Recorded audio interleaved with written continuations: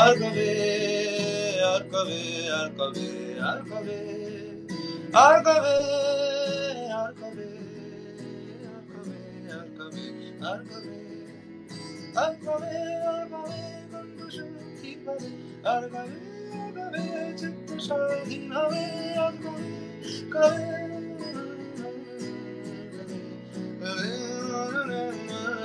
আর কবে, আর কবে। আর কবে, আর কবে, আর কবে বুদ্ধি হবে। আপনি ভাবছেন যে কোন দুঃসাহস আমি কথা বলছি। দুঃসাহস এই বাংলার বুকে ঘটে যাওয়া একটি ঘৃণ্য অপরাধ। একটি মেয়ে একটি চিকিৎসককে তারই কর্মক্ষেত্রে ধর্ষণ করে খুন করা হলো, এবং সেই ঘটনায় প্রশাসনের উচিত ছিল এই গোটা ঘটনা তদন্ত করে দোষীদের বের করে তাদেরকে ফাঁসি দেওয়া বা ন্যায্য বিচার পাইয়ে দেওয়া। মানুষ তো এটাই চাইছে, এটাই তো জাস্টিস, এটার জন্যই তো লড়াই। তাহলে এখানে সম্পূর্ণ ঘটনাকে রাজনৈতিক মোড় দেওয়ার কারণ কি?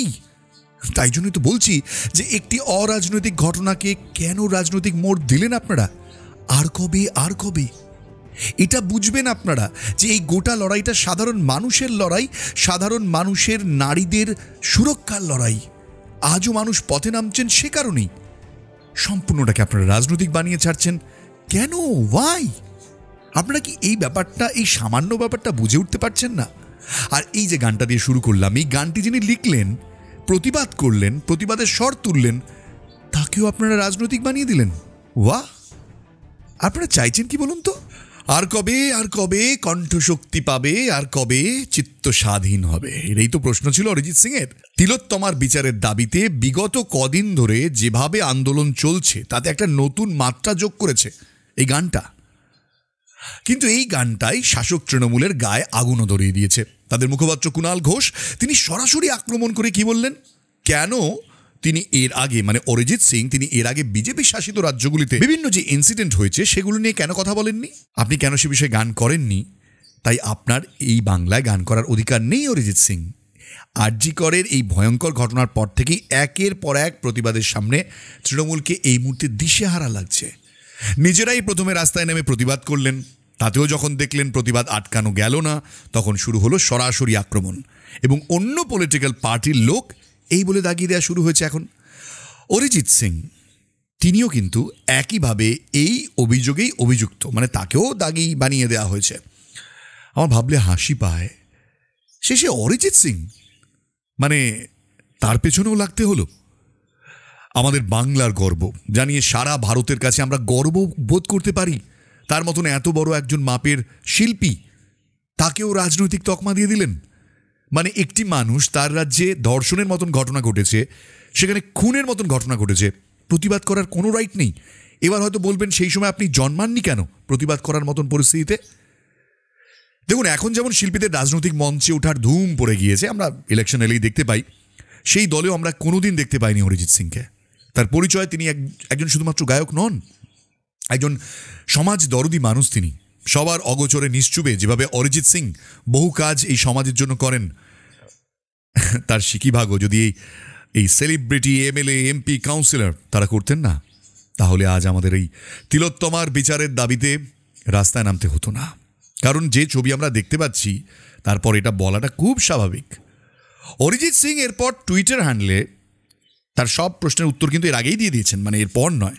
তিনি লাইভে এসে সবার সামনে স্পষ্ট করেছেন কেন তার এই গান, কেন তাকে প্রতিবাদ করতে হচ্ছে, কি কারণে অরিজিৎকে এই আরজি করের ভয়ঙ্কর ঘটনায়, যে আমাদের প্রিয় শহরকে নাড়িয়ে দিয়েছে, সকলকে নাড়িয়ে দিয়েছে, এটা তিনি ব্যাখ্যা করেছেন। আপনারা যদি সকলে অরিজিতের এই কথাগুলো খুব ভালো করে শোনেন, তাহলে বুঝতে পারবেন যে এর মধ্যে কোথাও কিন্তু স্ক্রিপ্টেড কিছু নেই। এই প্রতিবাদ স্ক্রিপ্টেড নয়, এটা ওর বডি ল্যাঙ্গুয়েজ থেকে পরিষ্কারভাবে বোঝা যাচ্ছে যেটা এটা ভেতর থেকে আসা একটা প্রতিবাদ। বারবার সবার সামনে নিজের অসহায় অবস্থা আর এই ঘটনাটাই তাকে যে এমনভাবে আতঙ্কিত করে তুলেছে সেটা তিনি বলেছেন। এমনকি এক প্রশ্নের উত্তরে তিনি এটাও বলেছেন যে মৃত্যুকে তার ভয় লাগে। সে কথা বলতে বিন্দুমাত্র লজ্জা পাননি অরিজিৎ সিং। কিন্তু তাতে শাসকের কি সমস্যা হয়ে গেল? দেখুন, আগে ওই পল রবসন বা বিয়ারম্যানদের গানকে ভয় পেয়েছে শাসক, আর সেই ট্র্যাডিশন অব্যাহত। কুণাল ঘোষ যখন এই ধরনের অভিযোগ করছেন অরিজিৎ সিং এর একটি নিষ্পাপ গান, যাকে রীতিমতন চক্রান্তের মাস্টার মাইন্ড বলে দেখে দিচ্ছেন তিনি, আমার তখন একটা প্রশ্ন, কুণাল দা এর আগেও আপনি অনেক আলটপকা মন্তব্য করেছেন, প্রফেশনালি আমি আপনার সাথে বেশ কয়েকবার আপনার সাথে দেখা হয়েছে, আমি জানি না আপনি কথাগুলো কেন বলছেন। আপনার কি মনে হচ্ছে না এই গোটা বিষয়টি তাহলে তৃণমূল কংগ্রেসের দিকে আরো বেশি মানুষ দেখে দিচ্ছে? আপনাদের এই বিষয়টিতে গায়ে মাখার কি দরকার ছিল? আপনারা আন্দোলনে পাশে দাঁড়াতে পারতেন মানুষের। আপনারা তো বলছেন যে এর সঙ্গে সরকারের কোনো যোগ নেই, তাহলে সমস্যা কোথায়? আপনারা পাশে দাঁড়ান, মানুষকে সাপোর্ট করুন। তা না করে আপনারা যারাই প্রতিবাদ করছেন তাদের বিরুদ্ধে গর্জে উঠছেন। এটাতে কি হচ্ছে আপনারা বুঝতে পারছেন না নাকি বুঝেও কিছু ঢাকার চেষ্টা করছেন? এরপরে অরিজিৎ সিং তিনি যে রিপ্লাইটা দিয়েছেন কুণাল ঘোষের এই পোস্টের, এক্সেলেন্ট। তিনি বলেছেন, ঠাকুর ঘরে কে, আমি তো কলা খাইনি। আমার কি মনে হয় বলুন তো, এর থেকে বেশি কিছু বলা হয়তো অরিজিৎ সিং এর পক্ষে সম্ভব ছিল না। কারণ কি বলুন তো, মানুষের তো একটা রুচি শিক্ষা থাকে, সেটা তাকে বাধা দেয় এর বেশি কিছু বললে। কিন্তু রাজনীতির লোকরা তাদের এসবের বালাই নেই, তাই তারা আক্রমণ করছেন।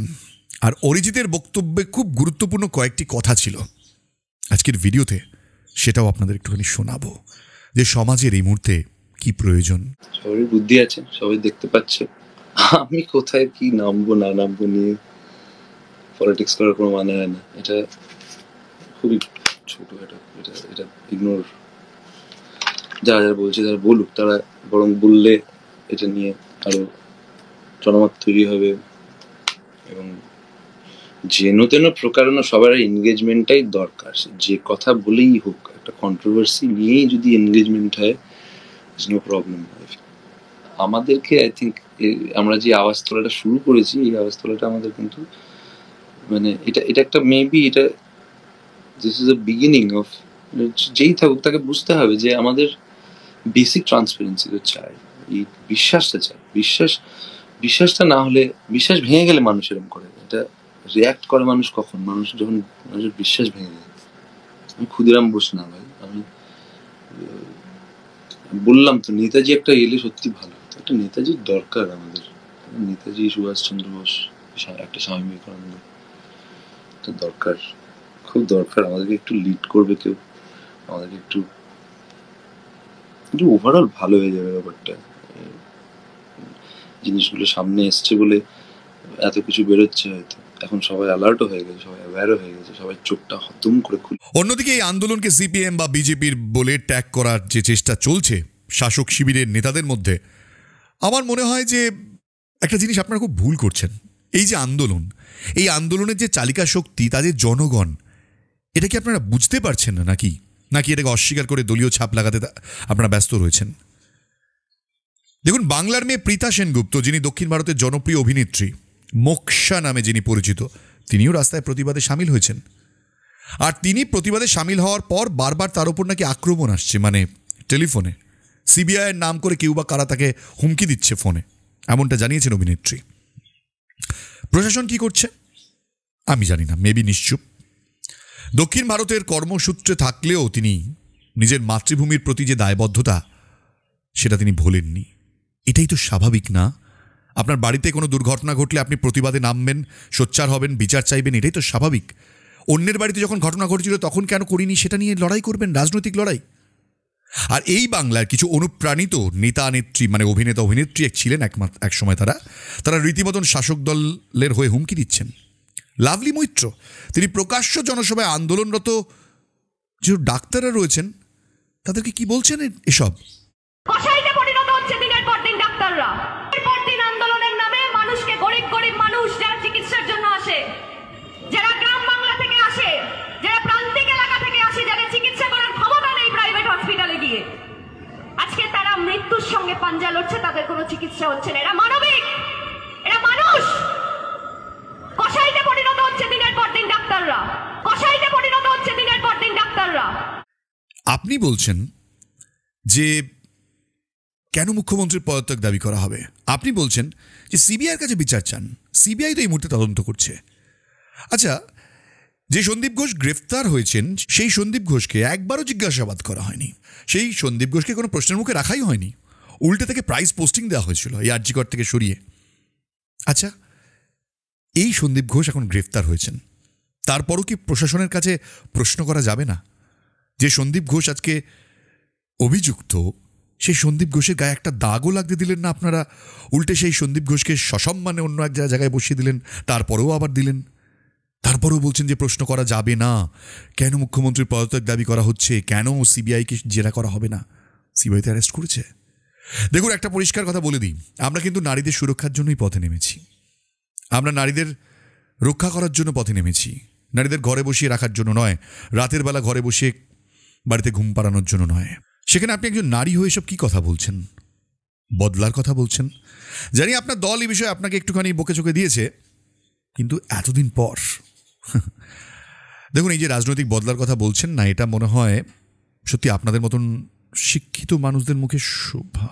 ছাড়ুন এসব কথাবার্তা। দেখুন, আমার যেটা মনে হয় যে আপনারা এই তিলোত্তমার ঘটনাটা রাজনৈতিক স্বার্থে আপনাদের সঙ্গে নিজেরাই জড়িয়ে ফেলেছেন। মানে আপনারা সেটাই স্বীকার করছেন যে আপনারা এর সঙ্গে জুড়ে রয়েছেন, কেউ তো বলছে না, বা কেউ বলার আগে আপনারা জুড়ে ফেলেছেন। যেমন ধরুন, আপনাদেরই আরেকজন বিধায়ক কাঞ্চন মল্লিক, ধর্ষণ এবং খুনের পরও কৌতুক চরিত্রে এই মুহূর্তে একদম পারফেক্ট রয়েছেন। ওনার অঙ্গভঙ্গি এর আগেও আমরা দেখেছি, সেই জনতা এক্সপ্রেস বলে একটা প্রোগ্রাম করতেন, তারপর ছিপছিপে রোগা প্যাকাটির মতন সেই চেহারা নিয়ে একের পর এক যা কাজ করেছেন তাতে প্রশংসা পেয়েছেন।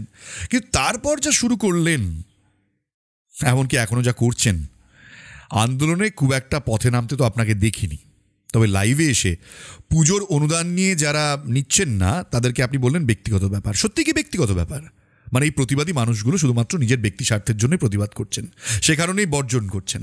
আপনি বলছেন কি সরকারি চাকুরিরা মাইনে কেন নিচ্ছেন, মানে নেবেন তো? প্রশ্ন তুলেছেন রাজ্য সরকার থেকে যারা পুরস্কার পেয়েছেন তারা কি ফিরিয়ে দেবেন?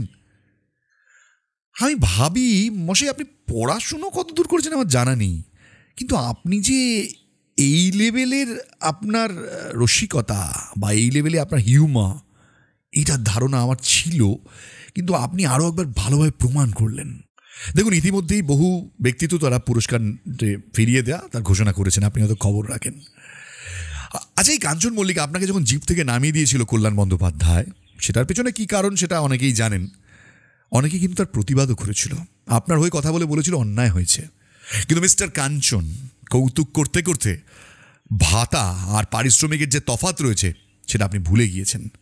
আপনি জানেন না, একটা মানুষ পরিশ্রম করেন, তার বিনিময়ে পারিশ্রমিক পান, এটা কোনো ভিক্ষা নয়। সত্যি আপনার অভিব্যক্তি দেখলে মনে হয় না আপনি একজন বিধায়ক, আপনাকে দেখলে মনে হয় আপনি একজন ভাঁড়, কাঞ্চন ভাঁড়। যাক, মানে ভাঁড়দের আমি বদনাম করছি না, কিন্তু আপনি যা করেন, মানে কদিন আগে আপনার বিবাহ সম্পর্কে জড়ানোর সময় যেভাবে সংবাদ মাধ্যমকে আপনি অপমান করেছেন, তারপর কোলে লাফ দিয়ে উঠেছেন, এই সবাই সব কিছু দেখেছিল। তারপরেও মিডিয়া আপনার পেছনে দৌড়ো, সেটা আপনার সৌভাগ্য, কিছু মিডিয়া দুর্ভাগ্য। আপনি জনপ্রতিনিধি। দেখুন, আপনার বন্ধু নীল মুখোপাধ্যায় তিনি তীব্র প্রতিবাদ করেছেন, আপনার সঙ্গে নাকি আর অভিনয় করবেন না। ঠিকই তো, এরকম বিবেকশূন্যহীন মানুষদের সঙ্গে কি অভিনয় করবেন? আপনার আরও এক জনপ্রিয় অভিনেত্রী বন্ধু সুদীপ্তা চক্রবর্তী, তিনি আপনাকে বলেছেন যে ঘেন্নায় আপনাকে ত্যাগ করেছেন তিনি। আমি জানি আপনার কিচ্ছু যায় আসে না এতে, নিজে নির্লজ্জ তার প্রমাণ আপনি এর আগেও দিয়েছেন, আর এক্ষেত্রে আপনি এখন তো প্রবলভাবে অনুপ্রাণিত, তাই আপনি আর কি বলবেন? বারবার প্রকাশ্যে মানুষকে হুমকি দিয়েও শাসক দলের নেতারা এই মুহূর্তে নিশ্চিন্ত রয়েছেন। দল থেকে যদিও বলা হচ্ছে যেগুলো বলা যাবে না, বেশ দিব্যি মেজাজে রয়েছেন আপনারা, খাচ্ছেন যাচ্ছেন ঘুরছেন আর মাঝে মাঝে মন্তব্য করছেন আলটপকা। অন্যদিকে আন্দোলনরত জুনিয়র ডাক্তাররা আর সাধারণ মানুষের উপর নামছে কি প্রশাসনের খাড়া। সবকিছুর পরেও আন্দোলনের ধার কিন্তু কমেনি। রবিবার তিলোত্তমার সারা রাত অবস্থান, আর পরদিন জুনিয়র ডাক্তারদের লালবাজার অভিযানের মধ্যেই খবর এলো আরজিকর মেডিকেল কলেজের প্রাক্তন অধ্যক্ষ মিস্টার সন্দীপ ঘোষ তিনি গ্রেফতার হয়েছেন। এবার বোঝা গেল একমাত্র প্রতিবাদেই বেঁচে আছে, বেঁচে থাকার আনন্দ আর একটা সুস্থ সমাজ গঠনের শক্তি। এটা সামান্য ব্যাপার কেন বুঝতে পারছেন না? একটা মেয়ে ধর্ষিতা হয়েছেন, খুন হয়েছেন, তার কর্মক্ষেত্র আরজিকর সরকারি হাসপাতালে। সেখানে আপনাদের ভূমিকা কি ছিল? মানুষের পাশে দাঁড়ানোর, নির্যাতিতার পরিবারকে শুধুমাত্র টাকা দিয়ে নয়, তার বডিটাকে দ্রুত তুলে নিয়ে পোস্টমর্টম করিয়ে পুড়িয়ে দেওয়ার নয়। পোস্টমর্টমের পর পুলিশের কর্তব্য বডি বাড়ির হাতে দিয়ে দেওয়া, প্রিয়জনকে দিয়ে দেওয়া। এত তড়িঘড়ি, এত কিছু। সন্দীপ ঘোষকে প্রাইজ পোস্টিং দিলেন, ঘরটা ভাঙলেন যেখানে ঘটনাটি ঘটেছে। এত কিছুর পরও বলছেন যে প্রশ্ন করব না, প্রশ্ন করাটা অন্যায়। আর কবে বুঝবেন? এই ভিডিওটা অরিজিতের কণ্ঠে, তার সুরেই শেষ করা যাক।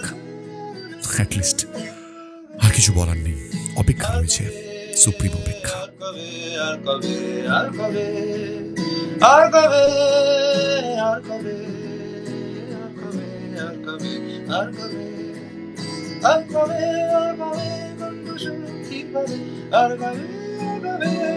স্বাধীন হবে কবে